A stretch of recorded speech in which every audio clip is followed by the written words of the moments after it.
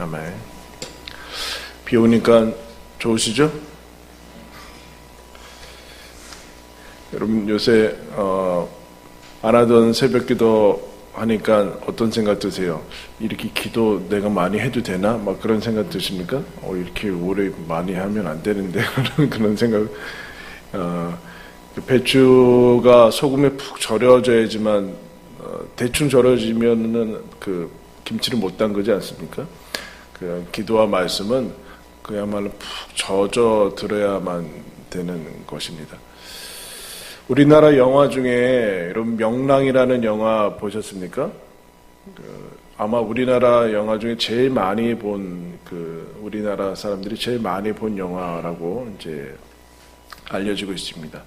그 영화를 보면은 이순신 장군에 대해서 얘기를 하고 있는데, 이순신 장군이 수적인 열세, 전력에 비해서 뭐 그야말로 게임도 되지 않는 싸움을 해야 되는데, 군인들이 많이 두려워하고 어려워 나가봤자 다 죽는 거니까 그래서 탈영하는 군인도 생기고 집에 돌아가고 싶고 이제 나가기 전에 이제 전세가 많이 기울어지는 그런 모습들을 봅니다. 동요하고 분열되고 또 그런 모습이 있는데, 그래서 이제 지휘관들이 이제 나가지 말자, 돌아가자 하니까 어느 밤에 이순신 장군이 와서 집을 다 태워버리죠. 집으로 자꾸 가려고 하고 그러니까 집을 태우고, 이제 우리는 저 앞에 바다로 나가서 싸우는 것만 밖에는 남지 않았다. 돌아갈 집은 없다. 그렇게 얘기를 하죠. 그래서 이순신이 얘기한 거 있죠. 필사즉생, 필생즉사, 그렇게 얘기를 합니다. 배수진을 친 거죠. 돌아왔던 다리를 다 태워버리고 이제 나아갈 것밖에는 없는 그런 모습들을 봅니다. 그리고 예수님께서 12제자를 뽑으신 다음에 예수님하고 함께 있는 것이 첫 번째 목적이고, 두 번째는 나가서 전도하게 하기 위해서입니다. 하나님 나라를 전파하고 그들에게 예수님께서 하신 일을 동일하게 이제 하시고자 하는 그 역할이 있는 것이죠. 이 땅 가운데 12제자를 증인으로 보내시는 그 역할을 하게 됩니다. 그러면서 제자들에게 8절에 보면은 명령을 내리시는데 이렇습니다. 너희들이 이제 나가서 이제 놀러 가는 그런 여행이 아니라 이제 하나님 나라를 전파하는 그 일을 하는데, 한 가지만 가져. 지팡이를 가지고, 지팡이는 이제 당시 이스라엘에게 있어서 여행에 있어서 그냥 필수품 정도고, 생존을 위한 가장 필수품이라고 얘기할 수 있습니다. 또 성경에 있어서 지팡이는 하나님께 쓰임받는 도구의 모습이고, 하나님이 일하시는 그런 상징의 모습을 가지고 있습니다. 지팡이만 가지고 그리고 신발만 신고 나머지는 휴대하지 말아라, 그런 얘기를 합니다. 어떤 것들을 휴대하지 마는가? 양식, 먹을 것뿐만 아니라 배낭, 그리고 돈, 아무것도 가지지 말고 심지어는 갈아입을 옷도 가지지 말아라 라는 얘기를 합니다. 무슨 얘기일까요, 여러분?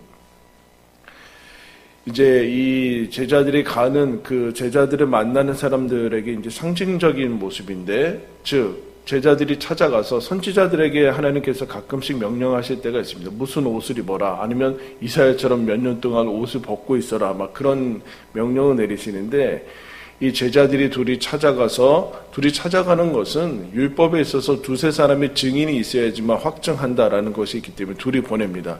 둘이 보내서 이 사람들을 만나고 집에 들어가서 하는 모습들을 보면 이 사람들은 아무것도 가지지 않고 마치 급하게 온 것처럼 하는데, 뭘 나타내고자 하는가, 이런 얘기죠.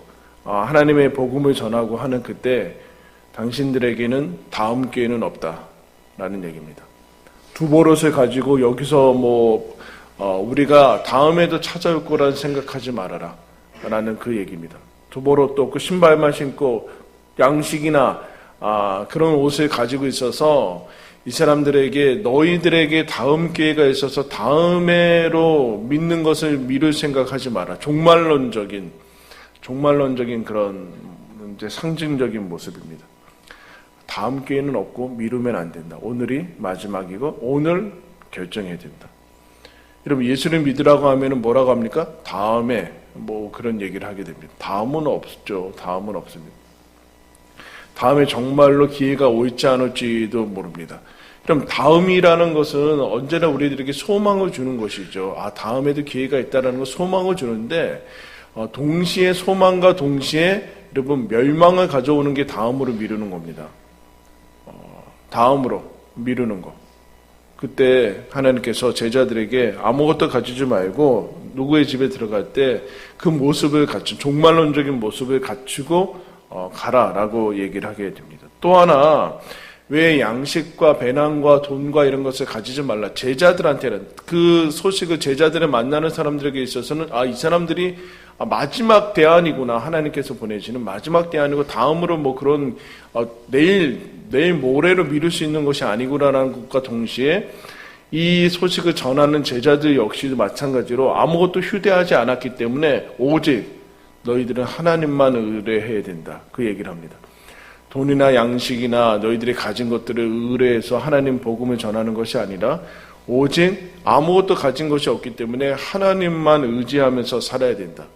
하나님만 의지해서 그 복음을 전해야 된다. 그 복음을 받아들이면은 그 집에서 먹고 마시며 떠날 때까지 거기 있고 그 집에서 너희들이 받아들이지 않으면 미련 없이 발에서 먼지를 털어버리고 나오라라는 얘기를 합니다. 다음으로 다른 데로 가라. 여러분 하나님께서 복음을 전하면 거기서 계속해서 머무러 그런 소리를 하지 않으시고 먼지를 털어버리고 나오라. 무슨 얘기냐 하면은 그런 얘기예요. 복음을 전하지 않으면 전하지 않은 사람에게 책임이 있지만 전했는데도 듣지 않으면 듣지 않은 사람들에게 책임이 있다. 그 얘기를 하는 거예요. 전했는데 듣지 않으면 너희들에게는 책임이 없다. 먼지를 털고 나오라.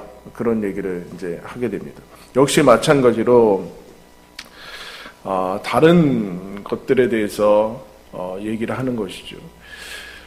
제자들한테 얘기를 하는 겁니다. 하나님 외에는 다른 대안을 갖지 말아라. 그러면 여러분 우리가 가지고 있는 이 복음은 힘을 잃게 됩니다. 다른 대안, 하나님 외에 다른 대안을 가지고 있으면 하나님 믿는 게 절실해지지 않고 마치 취미와 액세서리처럼 전락을 하게 됩니다. 기도가 여러분, 기도 말고도 다른 것들이 많아질 때 기도는 해도 되고 안 해도 되는 그런 선택사항이 될 때 기도는 간절해지지 않고 응답받을 수 없습니다.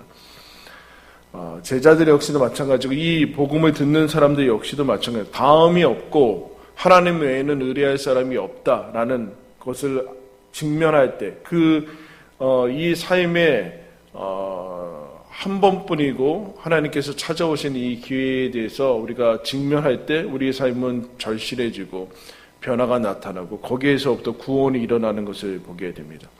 그래서 제자들이 가서 무슨 소식을 전하는가? 회개하라라는 것을 전합니다. 회개하자. 하나님께서 회개하고 그리고 가서 귀신을 제어하는 권능을 주셨다라는 얘기는 여러분 사탄아 물러가라 뭐 이런 얘기 아니에요. 그런 얘기 아니라 기독교라는 거, 지금 예수님이 제자들에게 맡기신 복음이라는 것은 단순히 윤리 도덕적인 삶을 이 땅에서 어떻게 살아가는 처세술을 그 정도 얘기하는 거 아니라는 얘기예요. 살고 죽는 것에 대한 소식이라는 겁니다. 그 정도의 중요한 소식이라는 거고 절대절명의 소식이라는 겁니다. 그래서 귀신을 먼저 제어하는 것은 하나님의 통치를 얘기를 하는 거죠. 하나님의 통치를 얘기하는 거예요. 단순히 뭘 하지 말아라 하라라는 것으로 있지 않고 하나님께서 이 땅 가운데 복음을 전해주시고 이 땅 가운데 교회를 세워주신 이유는 당신들 이거 믿지 않으면 대단히 심각한 결론에 이르게 됩니다. 그들의 방해하는 세력이 있기 때문에 먼저 귀신을 제어하는 거고 그로 말미암아 하나님의 통치를 받아들이면서 귀신이 물러가고 당연히 지병들이 고쳐지고 하는 일들이 일어나게 되는 것이죠. 여러분 그럴 때만이 복음은 우리들에게 진실과 절실함과 간절함을 나아가게 해준다라고 얘기를 하고 있습니다. 그러므로 여러분 우리도 이 땅 가운데 살아가는 늘 기억을 해야 돼요. 하나님께서 이 땅 가운데 아직도 교회를 새롭게 세우시고 하는 이유에 대해서 이유에 대해서 여러분은 기억을 해야 됩니다. 그냥 우리끼리 모여서 뭐 하는 그런 것을 위해서 우리는 여러분 멤버십 클럽이 아니에요. 교회는. 여러분들이 우리가 가만히 있건 안 있건 간에 우리는 어쨌든 증인으로 서 있어요. 가만히 침묵하면 침묵하는 증인이죠. 침묵하는 증인. 증인이 말을 안 하고 있으면 아무것도 안 하고 우리는 여러분 그냥 여기서 모여서 우리끼리 모여서 우리끼리 친한 사람끼리 그것을 위해서 교회를 하나님께 세운 적이 없어요. 세운 적이 없어요. 교회가 오래되면 그렇게 되거든요. 교회가 오래되면 그렇게 돼요. 그래서 유명한 여러분 예화 중에 선교적인 예화 중에 그런 예화가 있어요. 어느 날 이제 그 해변가에 구조대원들이 이제 구조하기 위해서 많은 사건들이 거기 사망사고가 익사사고가 있어서 구조대원들이 이제 거기서 천막 치고서 구조 활동을 합니다. 많은 사람들 구하게 됩니다. 그러다가 시간이 지나니까 구조대원 사람들이 이제 응급실도 필요하고 편의시설도 필요하니까 많은 지원들이 있어 건물을 짓게 돼요. 건물을 지으니까 이제 예를 들면 이런 거예요. 그 모래 묻은 발로 못 들어오는 거예요. 그리고 사람들이 구조대원 사람들이 점점 늘어나니까 맨 처음에 구조하는 것들을 다른 사람들한테 시키고 그 안에 있는 사람들끼리 그냥 식사하고 그런 대로 변하고 그러다가 이제 구조하는 거 놓치고 옆에 다시 그 애들이 생기게 돼요. 천막 치고 했던 것들이 다시 시간이 지나면 또 그냥 멤버십 클럽으로 바뀌어서 구조하는 일은 뒤로 미뤄지고 하는 애들이 여러분 우리가 교회의 본래 목적을 상실하면 교회는 아닙니다. 우리가 가지고 있는 거, 여러분들이 저와 여러분이 가지고 있는 것은 어떤 사람을 단순히 윤리 도덕적으로 잠시 변화시켜 준다든가 마음의 위로를 준다든가 그런 개념이 아니에요. 귀신이 물러가고 그 영혼을 사로잡고 있는 무리들을 보내고 한 사람을 지옥에서 천국으로 보내는 말로 할 수 없는 어떤 것과도 바꿀 수 없는 그와 귀한 같은 그 권능들과 능력이 저와 여러분에게 있다는 사실을 여러분 기억을 해야 됩니다. 그냥 어떻게 되겠지? 그렇게 되진 않아요. 그렇게 되진 않아요. 우리에게 그래서 아픔이 있죠. 교회가 아픔이 없을 수는 없어요.